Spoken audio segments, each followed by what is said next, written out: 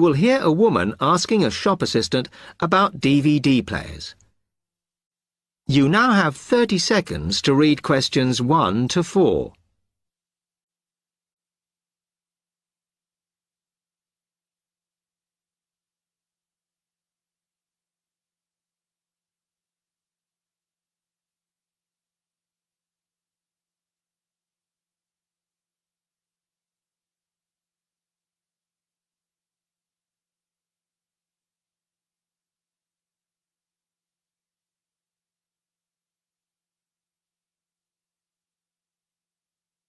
Hello, I'm interested in buying a DVD player. Can you help me, as I don't know very much about them? Of course. We sell quite a range. Actually, we're doing a customer survey at the moment, so I wonder if I could fill in this form about you, and that will actually help me to advise you on the best DVD player for you.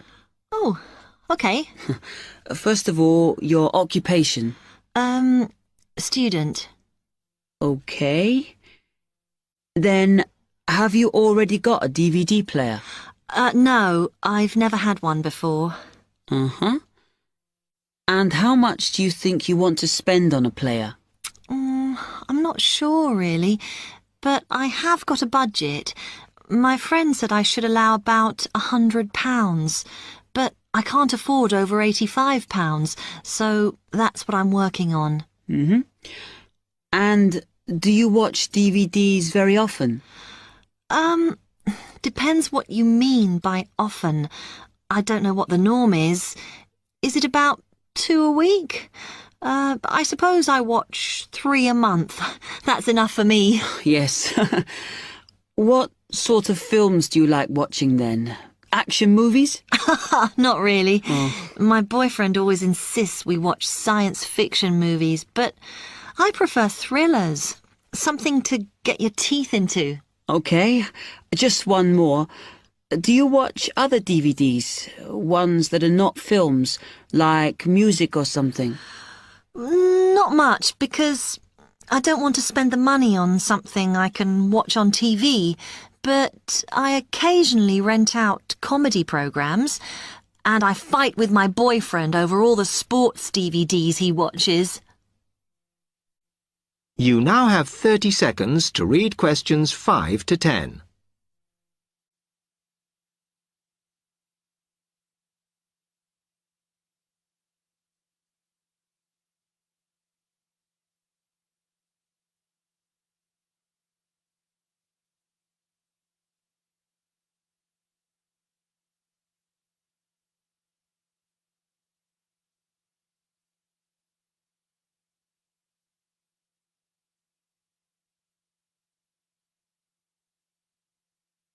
Okay, let me explain a bit to you about the DVD players that are in your price range. First, there's the DB30, which has only got basic features, but it is a bargain at £69. Now, all the DVDs come with an after-sales service that starts when the guarantee runs out. As it's so cheap, the DB30 comes with a limited after-sales service, as it only includes parts. You would have to pay for most of the repair. Seems okay. Then, a slight grade up from that is the XL643. This comes with an additional feature in that it has an extra button allowing you to record. That's quite useful. Oh, yes. That would mean spending less on DVDs to watch. Yes, so you'd make the extra money back on it that it costs. Let me see how much it is. Yes, that one's actually reduced at the moment from £79 to £71.99. Oh. I think it's worth the extra myself. And is that the same level of after-sales service as the other one? Well, you get a bit more for your money because what we're offering is a discount on labour. So you don't pay the full price if you have to call an engineer out. I see. Then the last one is this Tri-X 24. It's a very good player, and you can use it to listen to your CDs as well as watch DVDs. It looks nice, but I bet it's expensive. No, it's not top of the range. Let's see. Yes, it's £94. But what you have to remember is that includes insurance, so you don't have to pay extra for that. And it comes with a guarantee that's valid for 3 years, as opposed to the usual one. What do you think? Maybe.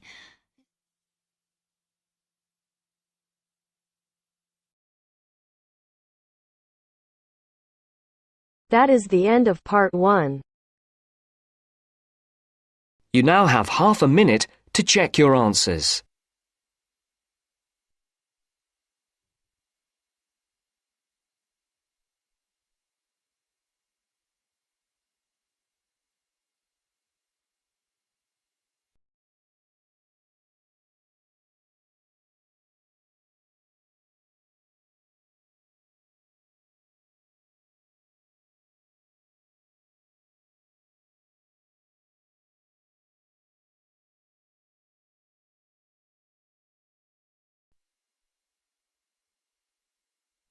Now turns to part 2.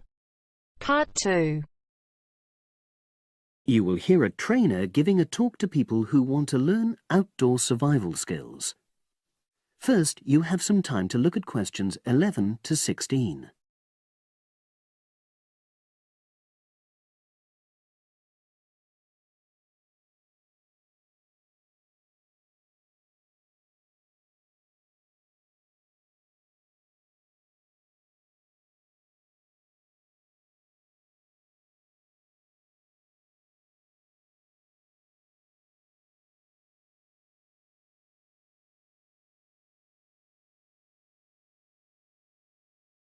Now listen and answer questions 11 to 16.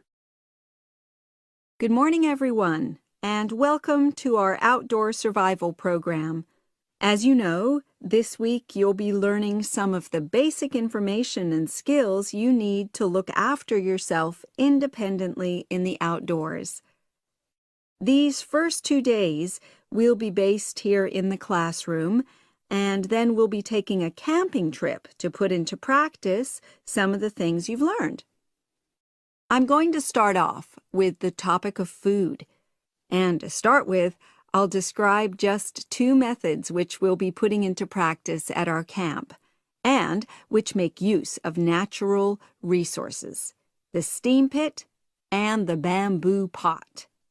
I've got 2 posters here to make things clearer, and I'll start with the steam pit here. To make this, you'll need some dry sticks, some grass, some loose earth, and some stones. And for this week only, some matches. The first thing you do is to dig a shallow pit in the place you've chosen to do your cooking. Let's say about 25 centimeters deep and 30 centimeters wide.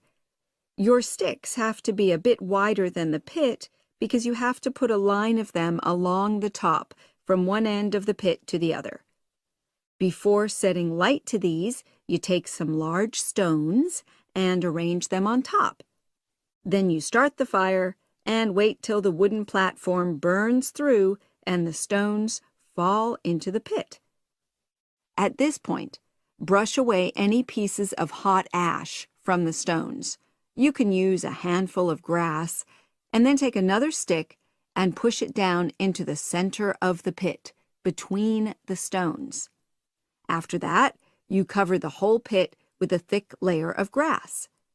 And then you can put your food on it, wrapped in more pieces of grass, like parcels. Finally, cover the whole thing with earth.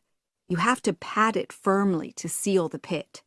Then all you have to do is take the stick out and pour a bit of water into the opening that it leaves. It should take about 4 hours for your food to cook, as it cooks slowly in the steam that's created inside the pit. Now you have some time to look at questions 17 to 20.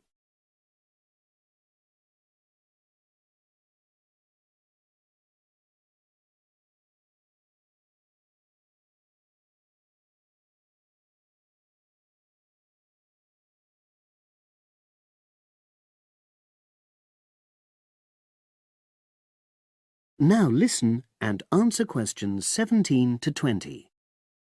So, simple but effective. The other method you're going to practice this week is the bamboo oven. Now, the steam pit is ideal in certain conditions because the heat is below ground level. For example, if there's a strong wind and you're afraid a fire might spread. But when it's safe to have an open fire, you can use the bamboo oven method. You get a length of bamboo, which, as you probably know, is hollow and consists of a number of individual sections with a wall in between. You use a sharp stick to make a hole in each of the dividing walls apart from the end one. Then you lean the bamboo over a fire, with the top propped up by a forked stick and the bottom sitting on the ground. You pour enough water in the top to fill the bottom section, and then light a fire underneath that section to heat the water. Then you put your food inside the top section, and the steam coming up the bamboo through the holes you made cooks it. I'm going to move on now to food itself and talk about some of the wild plants you might cook. I'm going to begin with fungi. That's mushrooms and toadstools. I'm sure you'll be aware that some of these are edible and they're delicious, but some of them are highly poisonous.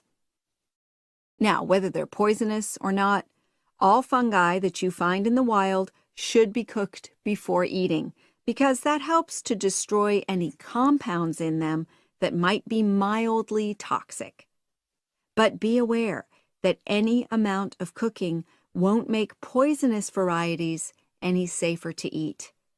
Unless you can definitely identify a fungus, you should never eat it. It's not worth the risk. And you need to be really sure, because some fungi that are poisonous are very similar in appearance to certain edible varieties. They can easily be mistaken for each other. So, having said all that, fungi are delicious when they're freshly picked, and although they are only moderately nutritious, they do contain minerals which the body needs. I'll move on now to leafy plants, which are generally... That is the end of part 2. You now have half a minute to check your answers.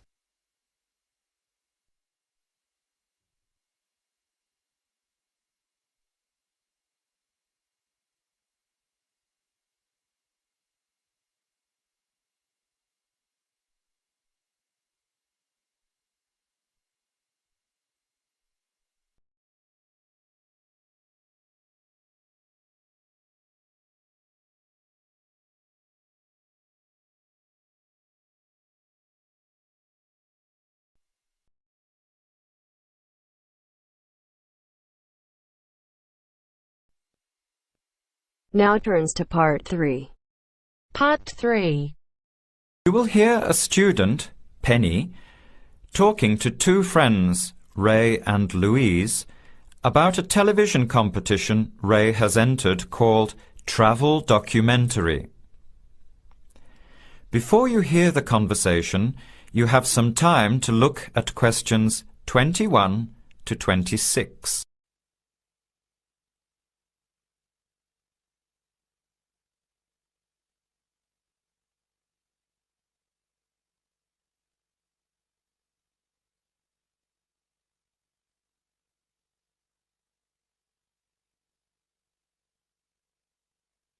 Now, listen carefully and answer questions 21 to 26. Hi, haven't seen you two in ages. What have you been up to? Hi, Penny. Ray is really excited. He's just been shortlisted for Travel Documentary. He could be off travelling around the world for 3 months. Travel Documentary? What's that? You've never heard of it? Don't you watch TV? Well, actually, no, hardly ever. Especially since I've started working on my thesis. I don't have time to breathe, let alone watch TV. So what's this all about, Ray? Well, actually, it's a competition run by Public TV. It involves my two great loves, travel and filmmaking. Is it that program where people are sent around the world making documentary videos? I have heard of it. Fantastic! So you've been chosen? Not yet. I'm one of 34 selected for an interview next week, so I've made it through the first cut. Yeah, there were over 200 applicants from around the country. Pretty amazing, hey? Well, I've been lucky so far. What's the next stage? 13 are chosen from the interview to do a 4-week training course in documentary filmmaking. Then, the 8 finalists get sent off with a video camera to travel around the world. Sounds incredible. What's the catch? The catch is that every 2 weeks you have to send in a 10-minute video from a different part of the world. It's broadcast on TV along with the work of 3 of the other competitors and judged by a panel of experts and the TV audience. So you're under a lot of pressure. Wow, I guess so. You mean you're on television every 2 weeks? Yep, that's right. But first I have to be selected. Do you have to have any filmmaking experience to apply? Some background in photography or video making helps, but you're not supposed to be an expert. In fact, you can't apply if you've already worked in filmmaking. We all get the same 4-week course, so we start with the same skills. Can you go anywhere in the world you want? Each competitor makes up his or her own travel plans and has to get them approved. Before the conversation continues, you have some time to look at questions 27 to 30.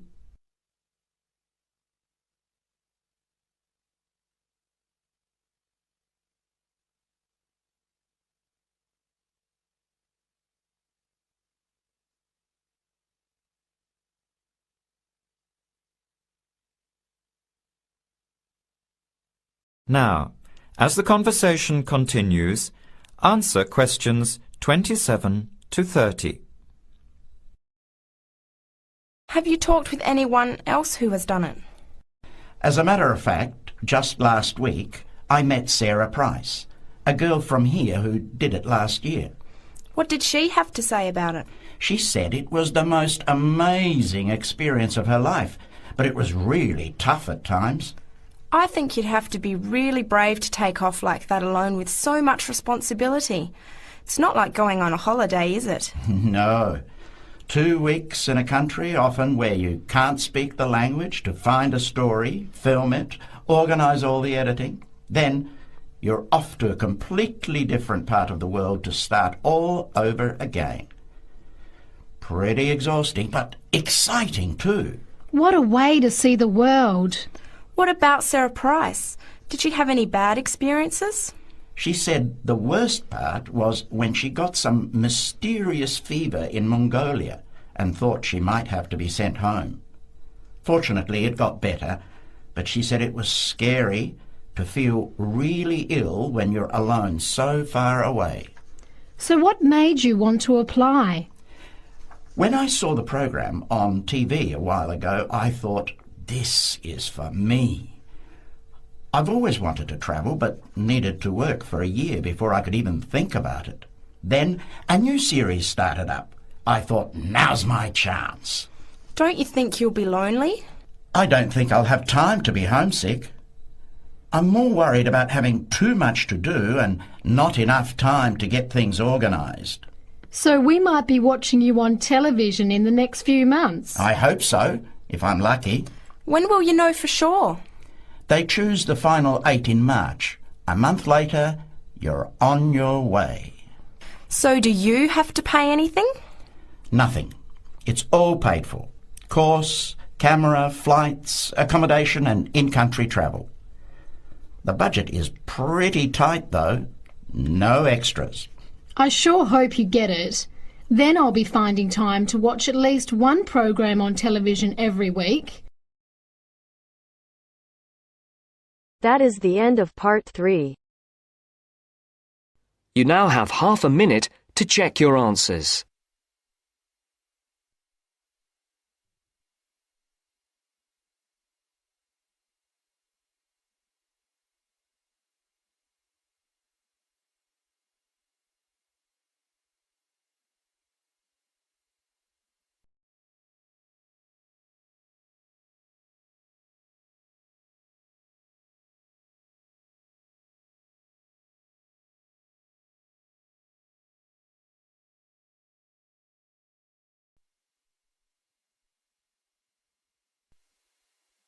Now turns to Part 4.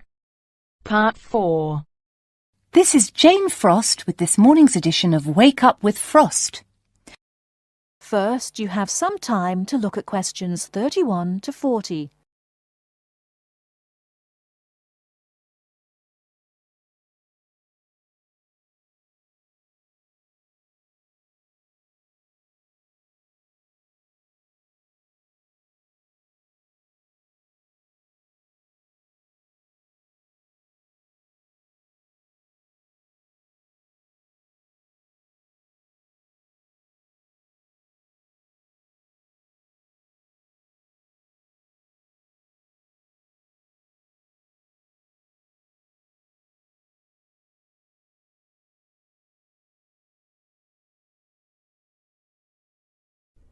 Now listen carefully and answer questions 31 to 40.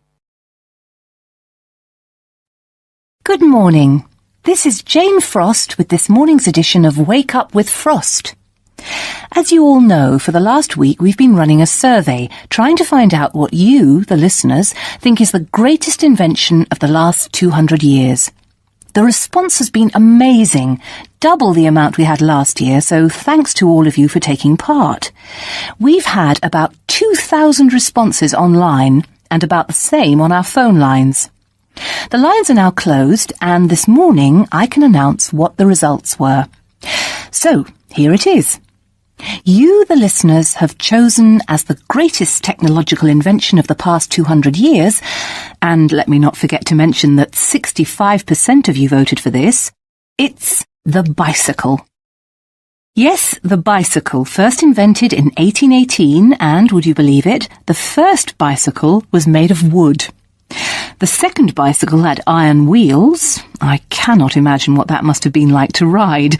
It would have kept you fit at any rate. But for me, the best thing about the bicycle was what it did for women's rights. Yes, in the 1890s, it was the bicycle that meant women could change their clothing, start wearing trousers or pantaloons as they were known. Before then, women's clothes had been really uncomfortable, and I'd imagine quite difficult to breathe in. So, thanks to the ordinary bicycle, it was not only the man who wore the trousers in a home. Instead, women could now feel far more equal to their male contemporaries. And I'm sure you'll agree, the bicycle is a great way to get regular exercise, and of course, it's much better for the environment. And today, over 1 billion people all over the world ride bicycles, and for some, it's their only means of getting around from A to B. So, to all you bicycle riders out there, keep up the good work. Coming in a close second with 42% is the computer. I found out something interesting about the computer, which is that really this word first meant someone who did mathematical calculations. Of course, today, with the development of the personal computer, computers are being used for everything from home use to business and even digital photography. I don't know about you, but I can't imagine life without a computer now. I guess closely related to the computer is the internet, and this got 12% of your votes. Maybe, like myself, many of you might think of the internet as being the World Wide Web, but actually the web is only one part of the internet. The internet began as part of the United States military network, but it later began to be used by businesses and academic institutions. Of course, today, the internet has so many uses. We use it for shopping online and entertainment, as well as to find information and send emails. But sadly, there is a darker side to the internet, and some of you have sent me emails about this. Finally, with 5% of your votes, is the radio.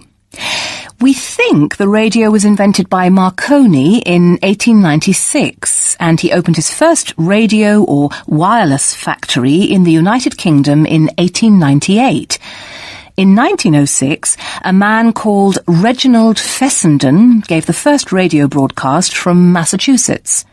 Ships could hear him at sea, and apparently he played the violin.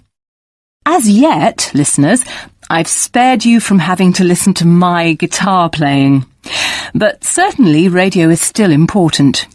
Let's not forget that it was by radio that the Titanic sent signals to other ships.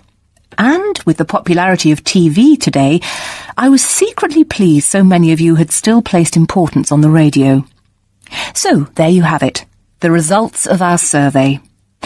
I think there are still important inventions that were not chosen but deserve a mention. Nuclear power and, of course, communications satellite, something which I am certain will continue to change the face of how we communicate with each other over both long and short distances. In fact, for me, the mobile phone is one of the greatest inventions of the last 200 years, if I think back to my first phone and then I look at what is happening now. Children born today will probably be more likely to have their first experience of the internet on a mobile phone screen rather than a computer monitor. Some of the new mobiles that are now being sold make it just as easy and as quick to find information on the web as on a computer.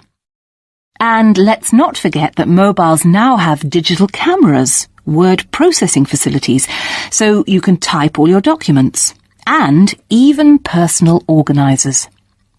I think it's quite possible that the mobile may even replace computers one day. That is the end of part 4. You now have half a minute to check your answers.